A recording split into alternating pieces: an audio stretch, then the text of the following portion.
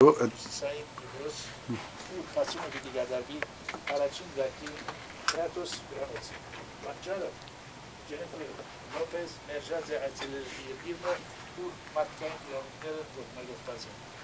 Kıbrıs'ta şapadarlan lirara oldu, Ortsezi Nergazmısa, Garbis Kazancani Gome, Wayne, New Jersey.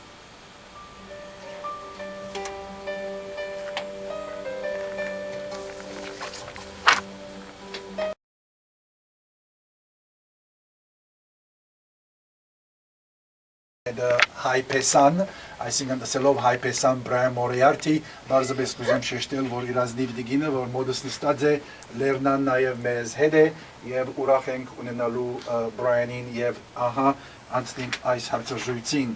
Brian, I was just introducing you in Armenian as our Pesa, trying to say that you are married to a beautiful Armenian lady, and we like to thank you for joining us this afternoon and discuss your project. I know I have an idea, but maybe you can start as to what was the origin of, when did you get this idea? What was the origin of the project?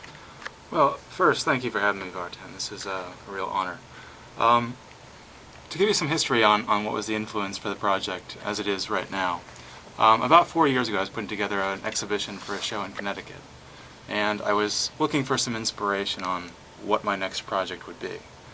And at that time, our uncle Hagop told me a story of how he'd been in the military in Turkey in 1980, and he had decided to go out to Ani. And at that time it was very difficult to visit these places. He actually had to go by military escort. And this sort of piqued my interest. There was a bit of mystery that I wanted to pursue a little further.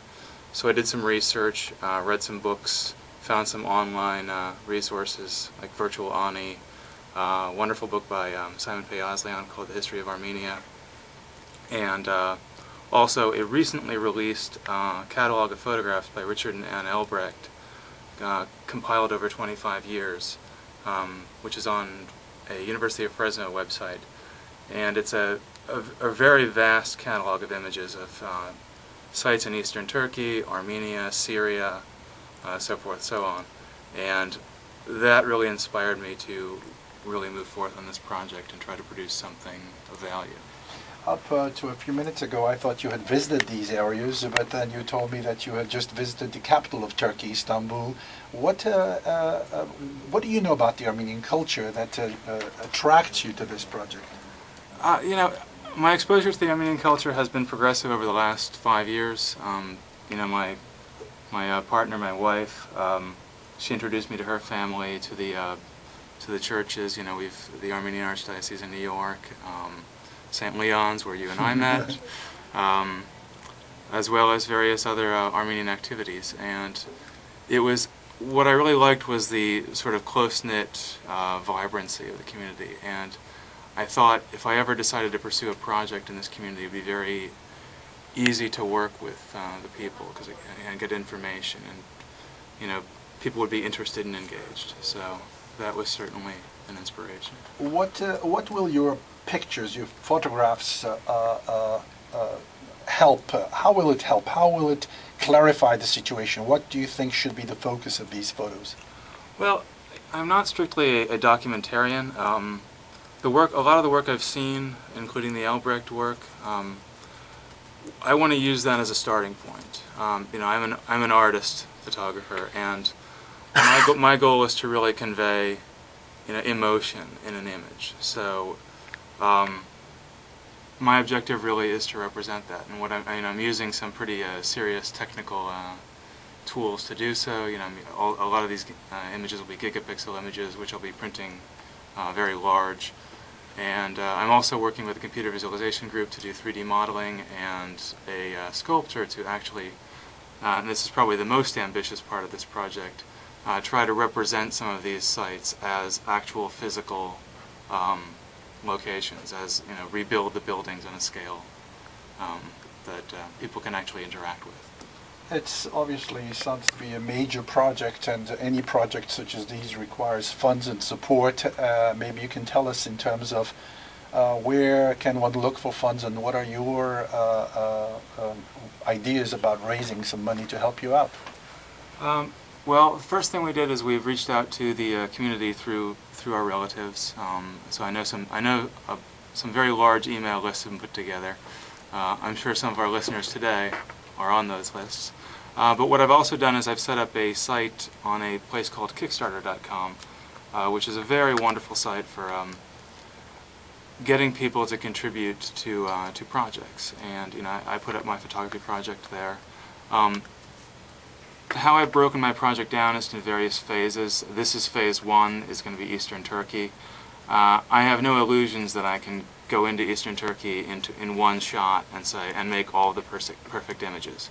The idea is to do initial investigation, perhaps go back again, and as you and I discussed earlier, go to other sites like in Armenia, Syria, Jordan. If possible, if the political climate changes, we'll look at Iran and Iraq as well, but that's kind of out of our realm at this point. But maybe in the future that would be possible as well.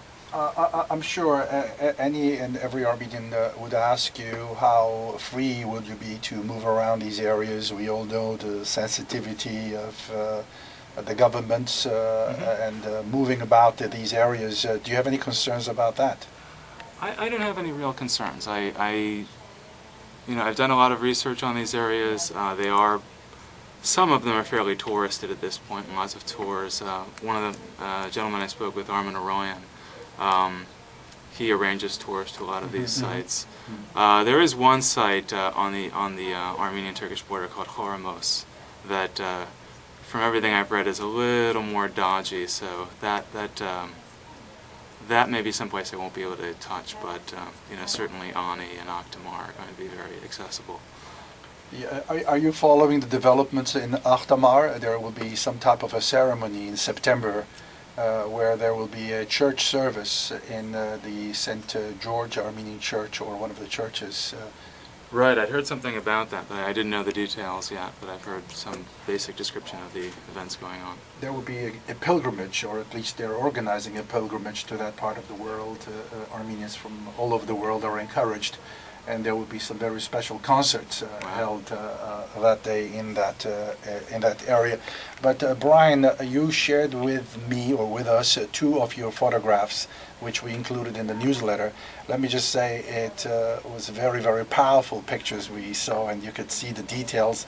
And you speak about the 1 gigabyte, the average person may not appreciate it or understand too much, but these are very powerful photographies. What is the end project going to look like or be like?